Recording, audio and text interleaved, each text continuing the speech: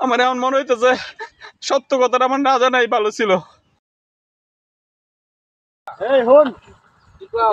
এই সকাল সকাল যে খেতে হয় ভরছস, গরুগুলি দেখলাম যে এইভাবে রয়েছে, কোনো খাওয়ান টাউন কিছু দিলি না। সময় মতো যদি গরুগুলি খাওয়ান না দেন তাহলে কি দেশ বেসুন যাবো। তাড়াতাড়ি গরুকে খাওয়ান দে, পানি দে। আসসালামু আলাইকুম। ওয়ালাইকুম আসসালাম। কিছু বলবেন? আপনারা তো ঠিক ছিলাম না। আমার আসলে চেনারও কথা না। আপনার নাম তো খলিল আর আপনার নাম সাদিকুল। হ্যাঁ, নাম তো ঠিকই আছে। আমি খলিল। আমি সাদিকুল। নাম তো ঠিকই আছে, আপনি আমাদেরকে চিনেন কিভাবে ভাই? আপনি কে ভাই? আমার চিনতে পারছো না তোমরা? আমি সুহাগ, তোমাদের ভাই। আঙ্গর ভাই? আমি তো জানি আমরা দুই ভাই। ভাই তুমি কি কিছু জানো? আমি জানি বলতে, আব্বা মাঝে মধ্যে বলতো আমাদের একটি ভাই ছিল, ছোট সময় হারিয়ে গেছে। এখন সে যে আমাদের হারিয়ে দেওয়া ছোট ভাই, তার প্রমাণ কি? ভাই, আমার কাছে তো প্রমাণ দেওয়ার মতো তেমন কোনো প্রমাণ নাই, কিন্তু আমি তোমাদের হারিয়ে যাওয়া সেই ছোট ভাই।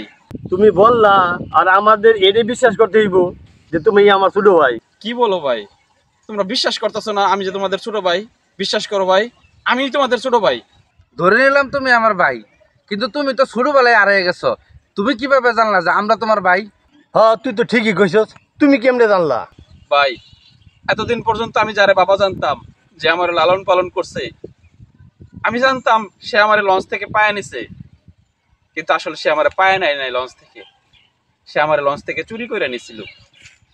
আমি আমার বাবার সাথে বরিশাল যাইতেছিলাম বেড়াইতে, সেখান থেকে সে চুরি করে নিয়ে আমার লালন পালন করছে।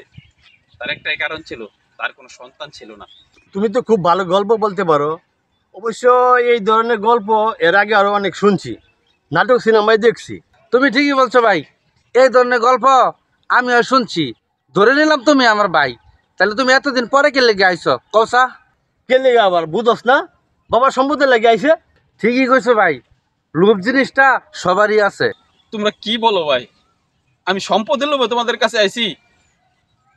আমি যখন জানতে পারলাম ওই লোকটা আমার চুরি করে নিয়ে গেছে, আমার বাপ আছে, ভাই আছে, এই কথাটা শোনার পর থেকে তোমাদেরকে এক নজর দেখার লাগে আমার ভেতরটা যে কেমন করছে এটা আমি তোমাদেরকে বোঝাইতে পারবো না।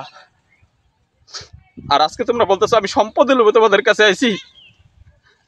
আমি আমি যখন জানতে পারলাম যে আমার ভাই আছে, বাপ আছে, তখন থেকে যখন ভাবতাম যে আমি আসবো, তোমরা হয়তো আমার বুকে জড়ায় নিবা, আপন করে নিবা।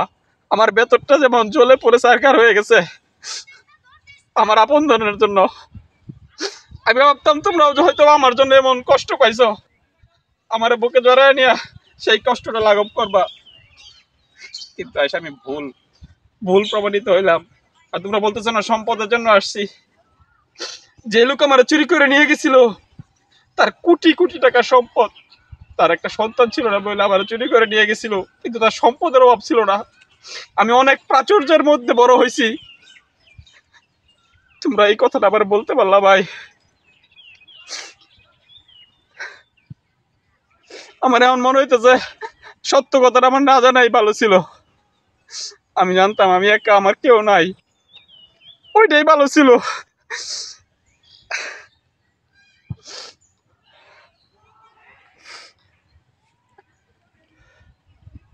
তুমি সম্পদের জন্য আইছো না, তো কি জন্য আইছো এতদিন পরে?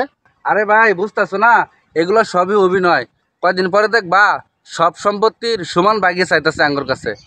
ভাই, তোমরা বিশ্বাস করো আর না করো, সম্পদের প্রতি আমার বিন্দু মাত্র কোনো লোভ নাই। আজকে যদি আমার বাবা বাচ্চা থাকতো, তাইলে হয়তো আজকের দিনটা আমার দেখতে হইতো না।